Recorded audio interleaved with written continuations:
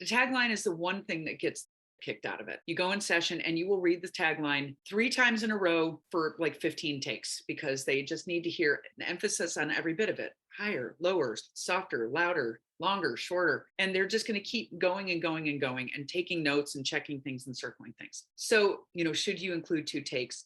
That's a tough thing. They are limited on time. The first line or 2 out the door is what they're going to respond to. So put your best foot forward. If you have 2 totally different reads, you can start off by saying, you don't intro your name anymore. They don't have you slate it. So if you want to take the moment and say, I thought I would give you a fun read first and then softer read if you're still up for listening.